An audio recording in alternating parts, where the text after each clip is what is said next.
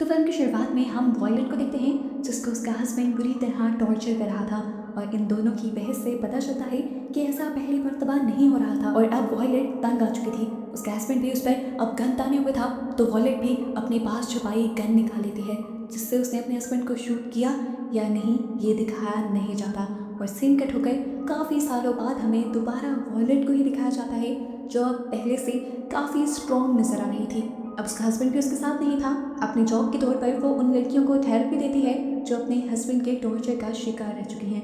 उसी घर पर उसकी बहन और बेटा रहते हैं और आज काफ़ी सालों के बाद अपनी बहन के कहने पर वो किसी से मिलने के लिए तैयार होती है। हेनरी यानी जिससे वॉलेट को मिलना था उसे आज तक उसने नहीं देखा था। वो उसके बताए 5 स्टार रेस्टोरेंट में भी आ गई थी जहाँ जाते ही उसकी एक आदमी से टक्कर हो जाती है। खैर वो उस पर ध्यान नहीं देती और बाहर साइड पर आकर बैठ जाती है जहाँ उसकी वेट्रेस से बातें होने लग जाती हैं। और तभी उसके करीब एक रिचर्ड नाम का बूढ़ा सा इंसान आता है जो उसे किसी और नाम से पुकारता है। तो वॉयलेट हैरान होकर उसे देखती है। असल में वो वॉयलेट को अपनी फ्रेंड समझ रहा था लेकिन उसकी फ्रेंड अभी तक नहीं आई थी। ऐसे में वॉयलेट और रिचर्ड दोनों आपस में बातें करने लग जाते हैं।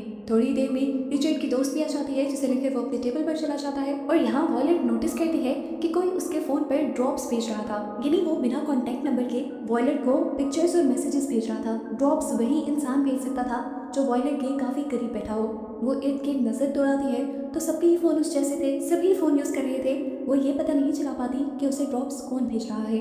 अभी वो ये सब सोच रही थी कि इतने में यहाँ पर हेनरी भी आ गया और उसका ध्यान सारा हेनरी की तरफ चला गया। अब हेनरी और वॉलेट अपने टेबल पर आ जाते हैं और एक दूसरे से फॉर्मल बातें करना शुरू कर देते हैं। हेनरी वॉलेट से जब उसके बेटे के बारे में पूछता है तो फौरन उसे अपना फोन देखने का ख्याल आता है कि कहीं उसकी बहन का मैसेज तो नहीं आया हुआ। लेकिन वो देखती है कि उसे अब भी बहुत सारे ड्रॉप्स आए हुए थे जिसके बारे में वो हेनरी को भी बता देती है। हेनरी भी इर्द गिर्द नजर घुमाने लगता है क्योंकि उसे भी पता था कि ड्रॉप्स भेजने वाला उनके करीब ही होगा।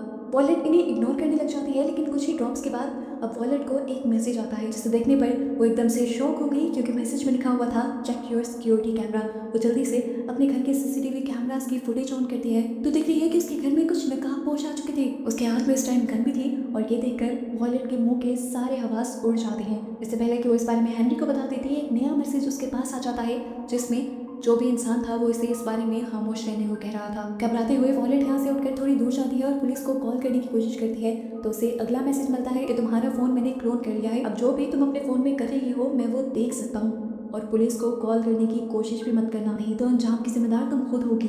इसी सब के दौरान वो दोबारा उसी इंसान से टकरा जाती है जिससे वो एक मरतबा पहले भी टकराई थी। इस मरतबा भी वॉलेट इसे इग्नोर करती है और वॉशरूम में चली जाती है। वो वॉशरूम में जाकर लड़की उसे हेल्प मांगना चाह रही थी लेकिन उसे दोबारा मैसेज आ गया कि कोई चालाकी मत करो और वॉलेट ये समझ गई कि उस इंसान की हर जगह उस पर नजर है, इसीलिए वो किसी को भी कुछ बताए बगैर वापस अपने टेबल पर आ जाती है। अपने एक्सप्रेशन को ठीक करते हुए उसने दोबारा हेनरी से बात करना शुरू की और यहाँ पर मोबाइल में उस आदमी से पूछा आखिर तुम हो कौन और चाहते क्या हो। तो वो आदमी वॉलेट से कहता है कि तुम्हारे सामने जो हेनरी है वो एक फोटोग्राफर है, इसके पास इसका कैमरा है जिसका मेमोरी कार्ड तुम्हें निकाल कर तोड़ना है। ये वो तभी कर सकती थी जब हेनरी उसके टेबल पर ना होता। उसे यहाँ से भेजने के लिए वो चालाकी से अपनी घड़ी उतारती है और अपने बैग में छुपा देती है और हेनरी से कहती है शायद मैं अपनी घड़ी कहीं खो बैठी हूँ, क्या तुम उसे ढूंढ लाओगे।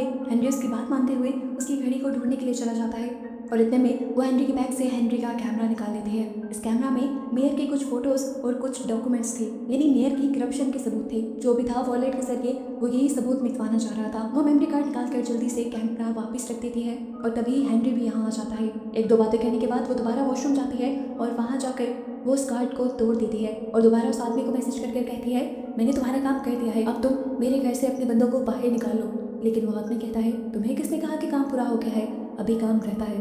तुम यहाँ का टॉल बॉक्स खोलो, उसमें एक छोटा सा कंटेनर है, इस कंटेनर का लिक्विड तुम्हें किसी तरह हेनरी को पिलाना है। वो समझ गई कि ये पॉइजन था, वो किसी की जान नहीं ले सकती थी। इस काम के लिए वो साफ मना कर देती है। वो आदमी कहता है ठीक है अगर तुम उसे नहीं मारोगी तो तुम्हारा बेटा मर जाएगा। बस उसका बेटा ही तो उसकी कमजोरी था। यहाँ पर वो फंस गई और इस आदमी की ब्लैकमेलिंग में आकर हेनरी को मारने के लिए तैयार हो गई। डरते हुए वो वॉशरूम से बाहर आई तो उसकी नज़र उसी आदमी पर पड़ी जिससे वो 2 मरतबा टकरा गई थी। उसने नोटिस किया कि ये आदमी काफ़ी देर से इस टेबल पर अकेला ही बैठा था और फ़ोन भी यूज़ कर रहा था। उसे लगा कि यही आदमी उसे ड्रॉप्स भेज रहा है। इससे पहले कि वो कोई बात करती अपने टेबल पर वो देखती है कि हेनरी उठने वाला है। वो उसके पास जाती है तो हेनरी उसे कहता है कि मुझे लग रहा है तुम मेरे साथ कंफर्टेबल नहीं हो, तुम बार बार बहाने बना रही हो मुझसे दूर जाने के, तो बेहतर यही है कि मैं यहाँ से चला जाऊँ। इसी टाइम पर वॉलेट उसे रुक कर किस कहती है और उसे रुक जाने को कहती है। वो उसे कहती है कि मुझे तुम्हारे से कोई प्रॉब्लम नहीं है, मैं तो चाहती हूँ कि तुम यहाँ रुको। अभी वो ये बात ही कर रहे थे कि पीछे एक लड़की काफ़ी शोर मचाते हुए यहाँ से चली जाती है।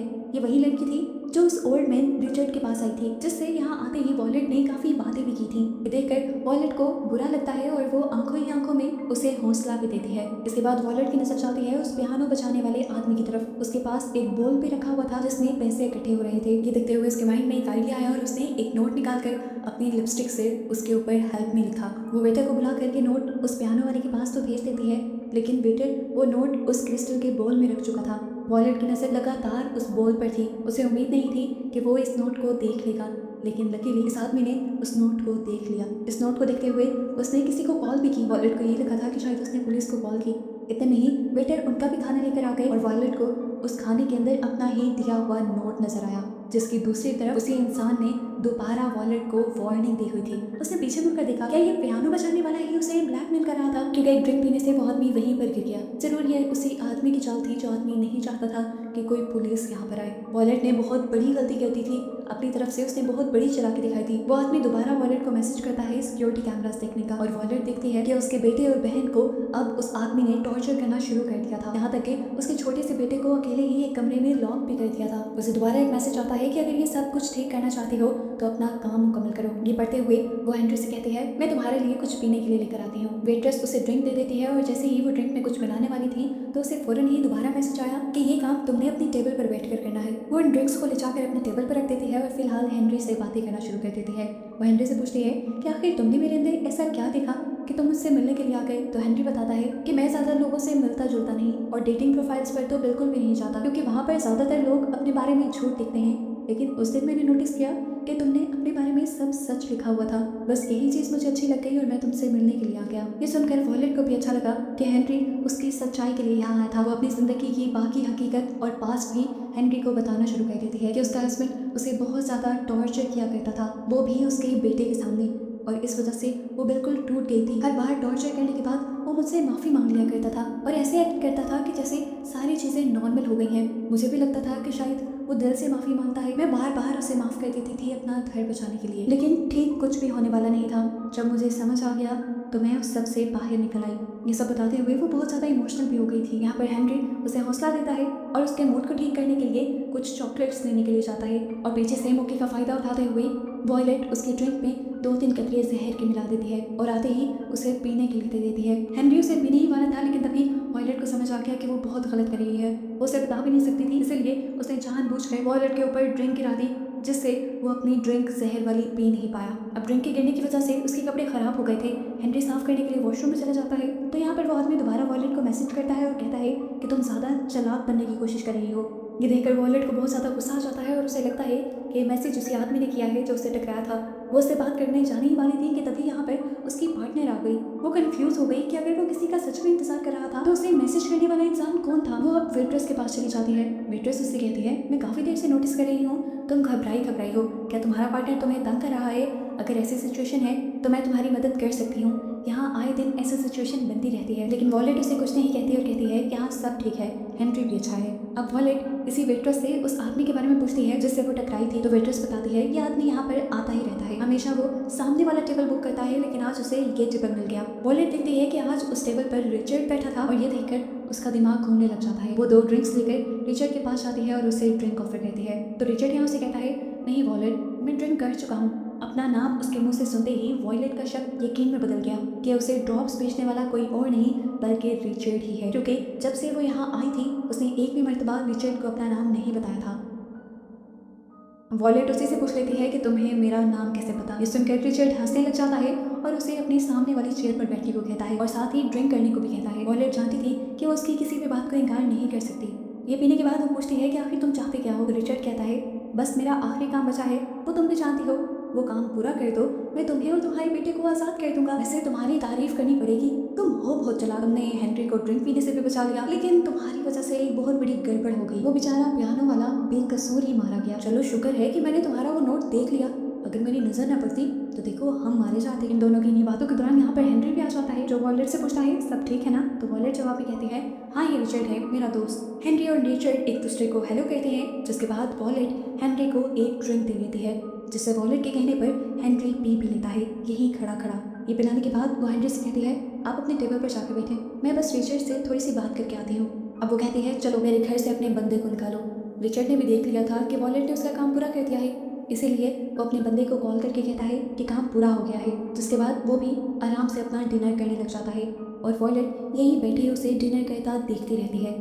जब वो आधा खाना खा लेता है तब वॉयलेट कहती है मैंने तुमसे झूठ बोला था, रिचर्ड की ड्रिंक में मैंने जहर नहीं मिलाया। ये देखकर रिचर्ड समझ जाता है और वो अपने खाने को खोने लग जाता है और उसे याद आता है वो लम्हा जब रिचर्ड हेनरी को वो ड्रिंक पीते देख रहा था तो उसकी बददिहानी का फायदा उठाते हुए वॉयलेट ने वो जहर उसी के खाने में मिला दिया था और जो ड्रिंक उसने हेनरी को दी थी उसके अंदर वो पॉइजन था ही नहीं। अब इस चीज़ के बारे में जैसे ही रिचर्ड को पता चलता है तो वो गुस्से में अपनी गन निकाल लेता है। ये देखकर वॉयलेट तेजी से पीछे की तरफ उठती है और हर बंदा उनकी तरफ दिखता है। पीछे से हेनरी भी ये सब कुछ देख चुका था, वो वॉयलेट को बचाने के लिए वॉयलेट के सामने आ जाता है और जब रिचर्ड गन चलाता है तो गोली हेनरी को लग जाती है। वो दोबारा वॉयलेट को मारने के लिए उसकी तरफ बढ़ा। इससे पहले कि अब भी वो गोली चलाता, पीछे से वेट्रेस आकर उसके हाथ पर हमला कर देती है जिससे उसका हाथ मुड़ता है और गोली जाकर होटल के ग्लास से टकरा जाती है। अब ये देखते हुए उसे वेट्रेस पर भी गुस्सा आ जाता है और वो वेट्रेस के ऊपर ही हमला कर देता है चाकू से और इस हमले में वो वेट्रेस भी बेचारी जख्मी हो जाती है। इसे जख्मी करने के बाद वो दोबारा गन लेकर वॉयलेट के सामने आ जाता है और इस मर्तबा वॉयलेट अपने पास पड़ी कोई चीज़ उठाकर उसकी तरफ फेंकती है जिससे बचने के लिए रिचर्ड साइड पर हो जाता है, लेकिन उस चीज़ की वजह से पीछे का सारा कांच टूट जाता है और हवा के तेज प्रेशर की वजह से हवा रिचर्ड को खींच लेती है। वो नीचे गिरकर मारा जाता है और हवा ने तो वॉयलेट को भी खींच लिया था, लेकिन ठीक वक्त पर जब वो नीचे गिरने ही वाली थी तो हेनरी ने आगे बढ़कर उसका हाथ पकड़कर उसे बचा लिया। बहुत कोशिश के बाद हेनरी सही सलामत उसे ऊपर की तरफ खींच लेता है। इस टाइम हेनरी और वो वेट्रेस जख्मी थे, लेकिन वॉयलेट को उससे पहले अपने बेटे की परवाह थी। वो हेनरी की कार की चाबी लेते हुए पुलिस को कॉल करते हुए जल्दी से अपने घर की तरफ निकलती है। घर पर दिखाया जाता है कि वो किडनैपर वॉयलेट के बेटे और बहन दोनों को ही टॉर्चर कर रहा था, उन्हें मार रहा था, जिससे बचने के लिए ये दोनों उस किडनैपर को चकमा देते हैं, उसे बाहर की तरफ गिराते हुए अपने आप को एक कमरे में बंद कर देते हैं। लेकिन उस आदमी के पास गन थी जिसे लॉक पर मारते हुए उसने बड़े ही आराम से दरवाजा खोल लिया। अंदर आते ही वो इसी गन से वॉयलेट की बहन को शूट कर देता है और अब वो वॉयलेट के बेटे को भी मारने ही वाला था कि उसे बाहर से किसी चीज़ के खटकने की आवाज़ आई। असल में वॉयलेट अंदर आ चुकी थी जिसने आते ही चाकू उठा लिया था। जैसे ही किडनैपर उसके सामने आता है तो वो आगे जाकर उसके कंधे में चाकू स्टैब करते हुए उसके ऊपर हमला कर देती है। गुस्से में ये किडनैपर वॉयलेट को उठाकर दूर फेंकता है। अब वॉयलेट इस आदमी के सामने कमज़ोर हो गई थी, वो आदमी उसे मारने के लिए आगे बढ़ा था। वॉयलेट कुछ नहीं कह सकती थी, लेकिन तभी उसका बेटा अपनी रिमोट कंट्रोल कार के जरिए उसके पास गन भेज देता है, जिसे वॉयलेट तेजी से उठाकर उस आदमी के ऊपर शूट कर देती है और अपनी जान बचा लेती है। फाइनली वॉयलेट ने अपने बेटे को इस खतरे से निकाल लिया था।